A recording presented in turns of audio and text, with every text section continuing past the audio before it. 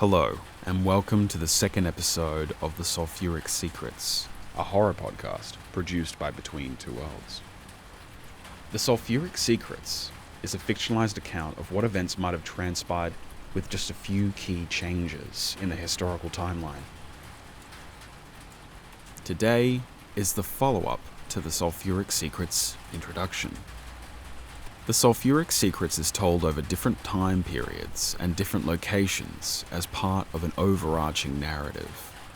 It is recommended that you listen to episode 1 of the Sulphuric Secrets in advance, Mr. Rollo and the Flayed Man, for context, but for those just joining us, we started our first story on August 16th, 1858, across continental Europe, with the laying of the first transatlantic telegraph cable, and Mr. Rollo's horrendous experiment with the flayed man in the copper basement.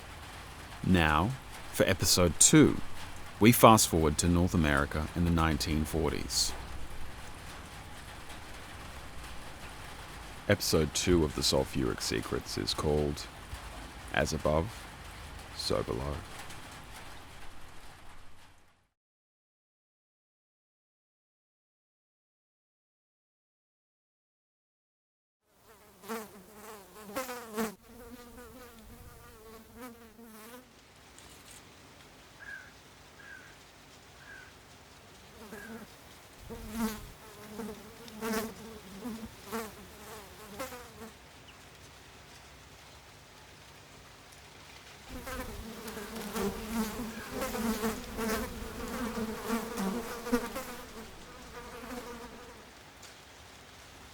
We return to the 1850s, to the lands known as Moldavia and Wallachia. We return to the copper basement that sits within it. This land sat undisturbed for years, and although geopolitics means nothing to the laws of nature, the country that held the cornfield above it was eventually given the new name of Romania. Yes, the affairs and whimsies of man mean very, very little to the laws of nature.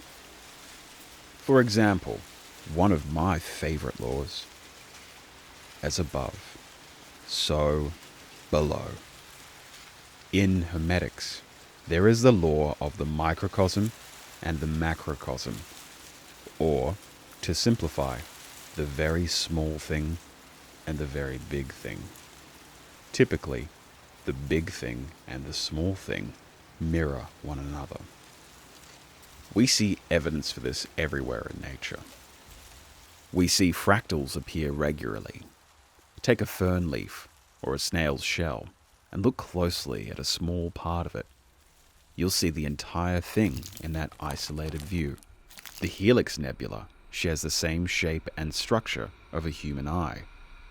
The structure of the universe resembles the neural pathways of a brain, and the spiral appears in nature over and over again. We see the spiral in the tumbling of a wave, the curling of a storm, the eye of a hurricane, or even in the swirl of our very own fingerprints. My favorite example of as above, so below would be the vacuum of space and the atom. If you think about it, you can't really find anything in existence that's bigger or smaller than those two. We all know the vacuum of space is unimaginably large. The Earth that we rotate on could fit within the Sun 1,300,000 times. But even more astonishing is the amount of empty space that exists in our solar system. A great example is to imagine that each celestial body in the solar system is a different object. Firstly, imagine, if you will, the Sun as about the size of a bowling ball. Then, imagine Mercury, Venus, Earth, and Mars about the size of a single piece of cracked pepper. Then, finally, imagine Jupiter, Saturn, Uranus, and Neptune ranging from the sizes of a coffee bean to a chestnut. If you were to accurately represent the distance between these objects, you would have to put the bowling ball on one end of an Olympic-sized swimming pool and put that single drop of cracked pepper in the middle of the pool. By the time you reach Neptune, you're now 5 Olympic swimming pools away from the sun. If you counted Pluto, that's half a kilometer away in the next suburb. So you might be wondering, what's in the massive amount of space between these 4 pieces of cracked pepper, 4 coffee beans, and 1 bowling ball? The answer is empty space. Nothing but empty space. This is nothing compared to the increasing emptiness of space outside of the solar system. Now, compare the unimaginable amount of space in the universe to the humble atom. These tiny things are the building blocks of literally everything in existence. Protons and neutrons cuddle together like a tired couple in bed on a Saturday morning. They make up the nucleus. And electrons run around the outside of the nucleus like a hyperactive child on that very same Saturday morning. Now, there's a reason why this couple can sleep so well. And that reason is that the hyperactive child is nowhere near them. Just how far exactly is the electron from the nucleus's pairing of the proton and neutron? Well, if the nucleus was the size of a basketball, then the hyperactive electron would be running around 2 miles away. And what's in between the electron and the nucleus? Empty space. Nothing but empty space. Here you have the most important law in existence. The biggest thing imaginable and the smallest thing imaginable both share the same fundamental nature. Now you'd assume, with all of that emptiness in existence, that nothing would ever get done. But here we are. You'd assume that we wouldn't be able to exist. But here we are. So maybe what's in between isn't emptiness. Maybe the emptiness that's in between is the most important part. So, when people ask me, how was the flayed man kept alive? I simply answer, as above, so below. But what exactly is as above, so below? Well, it's very simple.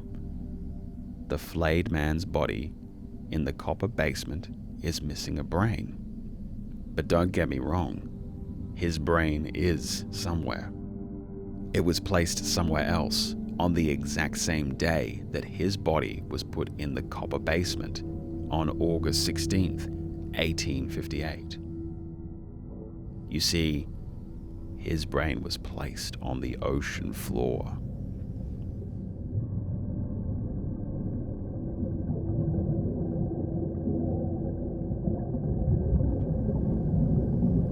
And those transatlantic telegraph cables eventually evolved to become the internet. And what is the internet? Physically, it's just servers and cables around the world. The neurons and nerve cells of the flayed man's brain. But then, this raises the question as to whether or not the internet has a consciousness. When the flayed man underwent his transformation, it was expected that a large part of his cognitive functioning would revert back to zero. Mr. Rollo was prepared for this. In order to succeed, Mr. Rollo would have to combine his magical skills and his anatomical skills. Or should I say, Dr. Rollo. Dr. Rollo never understood why every 2-bit medical practitioner had to insist on being called a doctor. He had earned his medical doctorate and preferred Mr.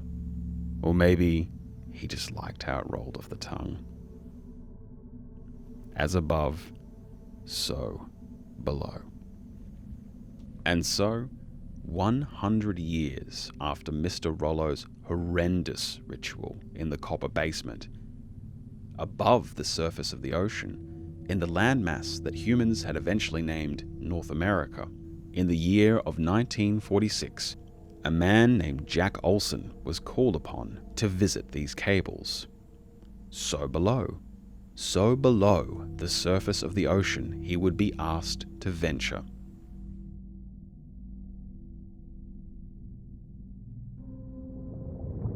The first transatlantic telegraph cable was made operational on the 16th of August, 1858.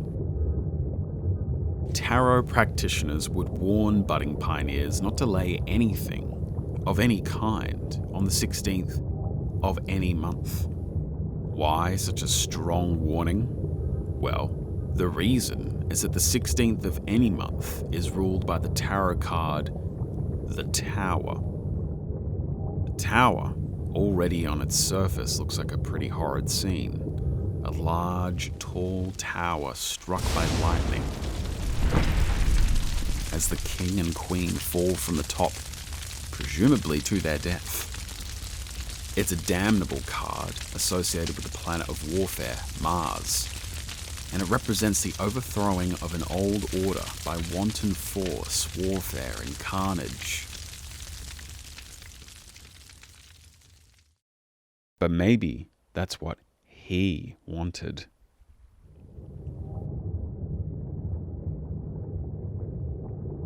But speaking of other planets, the planet Neptune is associated with Poseidon, the god of the sea. The ancient Greeks and Romans both worshipped the god of the sea as Poseidon and Neptune, one as a benevolent force and one as a deity to be feared. Poseidon's realm was not only the mystery within the depths of the ocean, but the mystery within the depths of the human subconscious. When Jack Olson took the job to explore the ocean's depths, was he entering the realm of Poseidon or Neptune?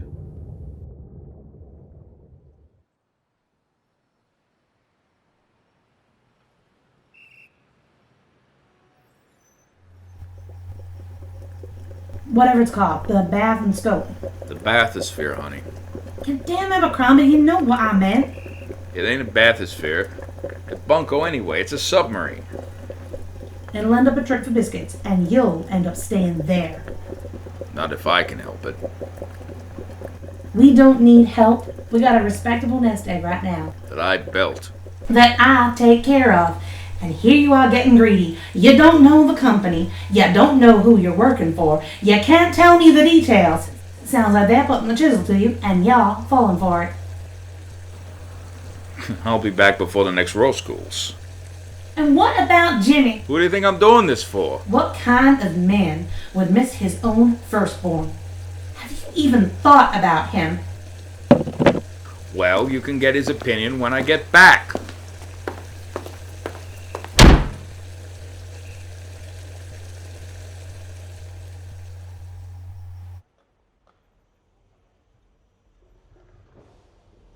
Jack Olson was a stubborn man. He was just like his father, except Jack got some of the opportunities that his father didn't and got himself an engineering degree.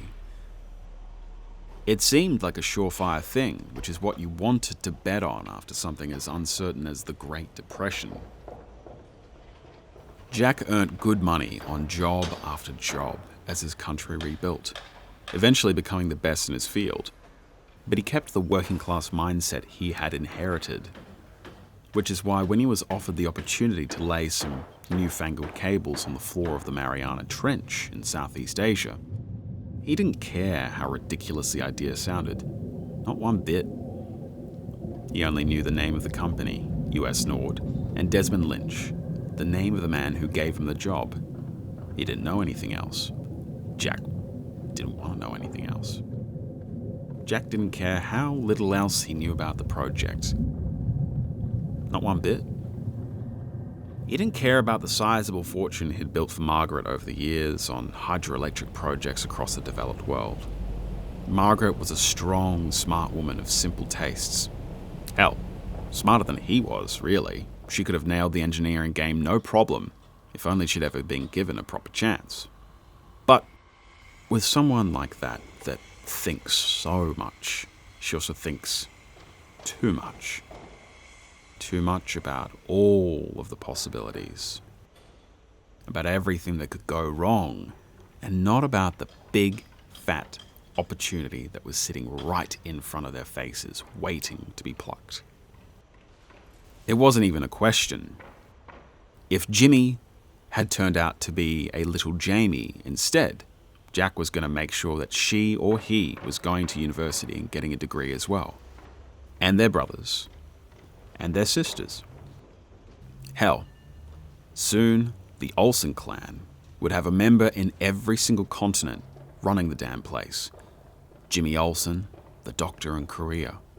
Henrietta Olson, the philosopher in Bogota. Charlie Olson, the lawyer in Canada. And little Petunia Olson, the botanist in Italy. Yeah, the idea made Jack smile so wide his jaw hurt. No. Margaret had been right many, many times, but this wasn't one of them.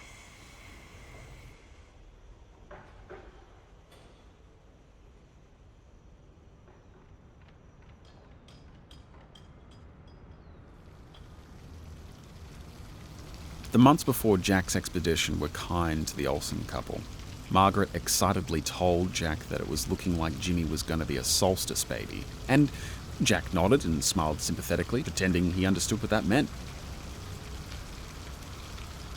As Margaret continued to swell and eventually waddle around the house, Jack took more time off, clearing up his whole schedule to keep an eye on her before the one big job. In his leisure, Jack had begun to produce a belly that was competing with Margaret's. She'd smile softly during the hot, wet spring days by the dehumidifier, and they both sat in the living room, letting the sweat lazily collect on their exposed skin. It also meant that the two were finally able to talk again, like back when they were young. The joy soon began to show cracks, however, as Margaret's concern grew with each day that drew closer to Jack's departure date. I've been reading some books, Jack. They talk about things. On the bottom of the ocean, things that are better left undisturbed. They're fiction, honey. All fiction comes from somewhere. At the very least, if we can imagine it, it can exist. I hate to admit it. When you get ridiculous like this, you argue in a way that almost I believe you. It's cute as a button, too. And will you see someone before you decide on going? Almost believe you. Come on. Fine. No expectations. I'll see whoever you want, but it's my decision to make. Of course.